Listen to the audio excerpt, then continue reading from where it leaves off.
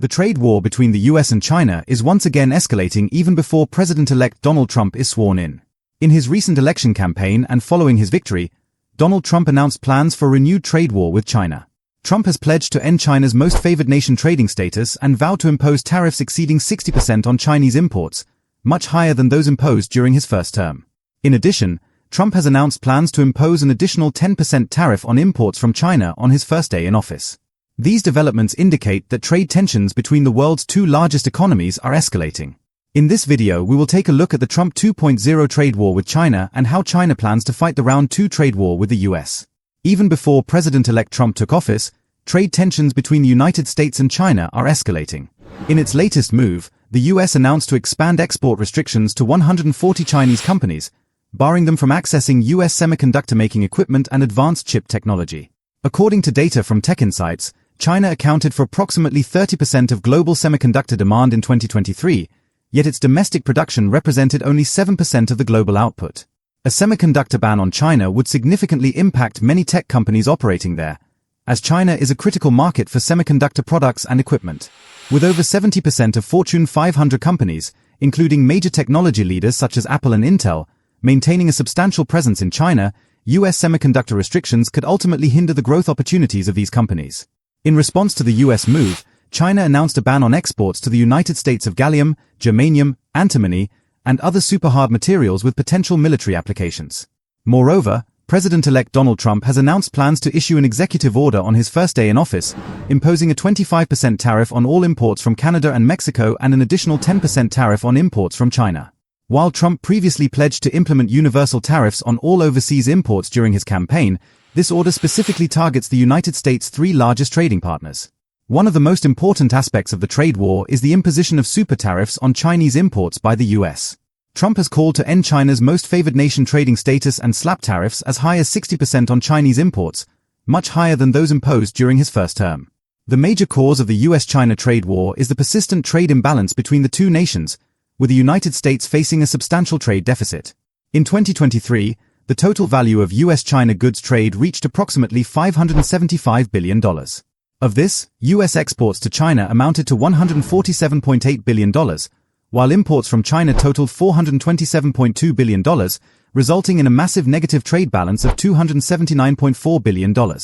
In addition to super tariffs on Chinese imports, Trump's plan includes significant incentives for US companies to move production out of China, either back to America or to allied nations in Southeast Asia and Latin America.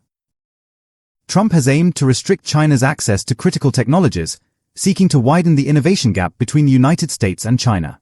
As the US threatens to revive the trade war, China gears up for round 2 of the trade war. China's economy is undeniably in a weaker position now than in 2018, with growth slowing to around 5% compared to 6.7% at that time. Moreover, the property market crisis, demographic challenges, and the enduring impact of the COVID-19 pandemic have all contributed to China's weakened economy.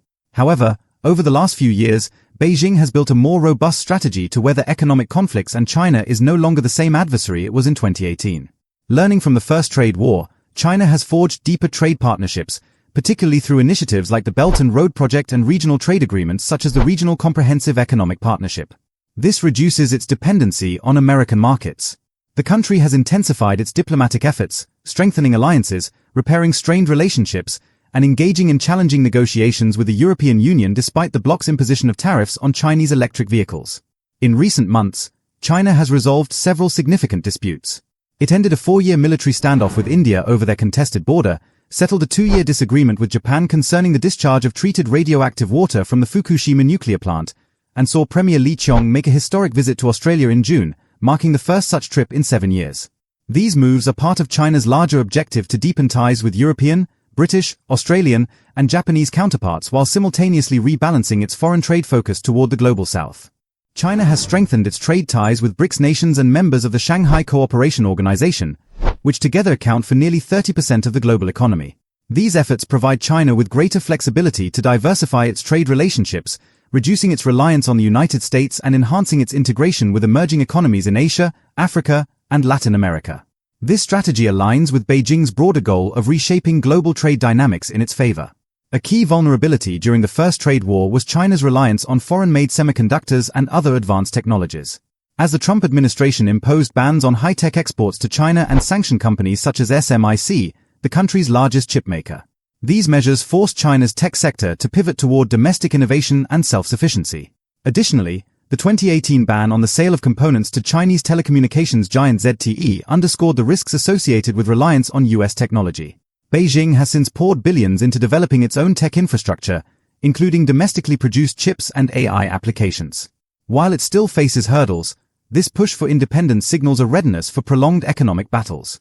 8 years ago, China had just 4 government procurement projects valued at over $1.4 million, focused on replacing foreign hardware and software with domestic alternatives. According to recent data, this number has surged to 169 projects in the current year. Moreover, according to Tech Insights, China's semiconductor industry is poised for substantial growth, with production capacity expected to increase by 40% over the next 5 years.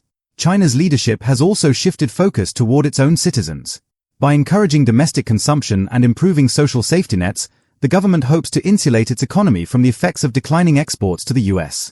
If we take a look at the important macroeconomic indicators, we can see that China is in a more favorable position than the US to tackle the trade war. China has emerged as an industrial superpower and tops the list when it comes to manufacturing. The country makes up 31.6% of the total global manufacturing output, which adds more than $4 trillion to the world economy. On the other hand, the United States previously held the top spot in global manufacturing until China surpassed it in 2010.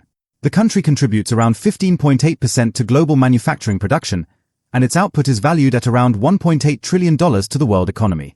China has also surpassed the United States in purchasing power parity in 2014, with its GDP based on purchasing power parity now standing at $37 trillion, exceeding the US's $29 trillion. This reflects China's greater overall purchasing power and higher standard of living when adjusted for cost of living differences. Additionally, China's economy is growing at a faster rate of 4.8% compared to the US growth rate of 2.8%. Despite recent slowdowns, China's growth rate remains significantly higher than that of the US. These factors demonstrate that China is now better equipped to handle a trade war with the United States than it was in 2018. The renewed trade war is poised to have far-reaching consequences well beyond the previous trade war between the US and China. Supply chains, already fragile from the pandemic, the Ukraine war, and geopolitical tensions, could see further disruptions. Both nations will rely heavily on building alliances, Trump through strengthening ties with Europe and Japan, and China through consolidating influence in the global south. For Americans, higher tariffs could mean pricier goods once again. For the Chinese, a decoupling from US technology may slow innovation, but domestic substitutes are emerging. In conclusion, one thing is clear: the trade war is not just about economics. It's a contest of ideologies, global influence, and the future of technological leadership. The outcome will redefine not only US-China relations but the fabric of the global economy for years to come.